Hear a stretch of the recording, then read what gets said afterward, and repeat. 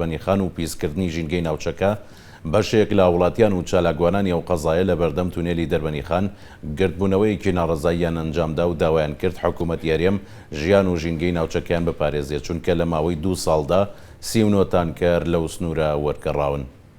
هۆکاری گردبوونەوەمان لێرە ئەو مەترسیە گەورەیە کە تەنکەرەکانی هاتوچۆکردنی نەوت کە بۆ وڵاتە حدودی ئێرانی ئەبەن لێرە ئەو مەترسیە گەورەیان دروست کردو دیارێ وەکو دەربەنیخانەکان پشکی هەرە گەورەی مەترسی ئەو تەنکەرانەمان بۆ دروست بۆتەوە کارێک بۆ پیسکردنی ژینگەکەمان و بۆتەوە کارێک بۆ تێکدانی جادە و ڕێگەوبانەکانمان. جدی تر ئەم تەنکەرە نەوتانەی کە بە قاچاق بەڕێ دەکرێن لە کوردستانەوە لە هەرێمی کوردستانەوە بۆ دەرەوەی وڵات بەم شێوەیە کارێکەکە و ژینگەی دەربەنیخانی پیس کردووە. ئەمە تاسیری بۆ سەر هاوڵاتیانی شاری دەربەندیخانێ و هەروەها بۆ سەر سروت و ژینگەی دەربەنیخانێ. سروتی دەربەنیخان و بەردەم تونێلی دەربەنیخان وەکو ساڵانی هەشتا و کە حکوومەتی ئێران تۆبارانی بەردەم تونێلی دەربەندیخانە کرد بەو شێوەی لێ هاتووەتەوە. بۆ هۆکار بۆ تێکدان و شێوانی ژینگەوە هاوکات کارەساتی گەورەی ژینگەی بەدوای خۆیان هێناوە کە ئەمە ناڕەزایی خەڵکو و ڕێکخراوی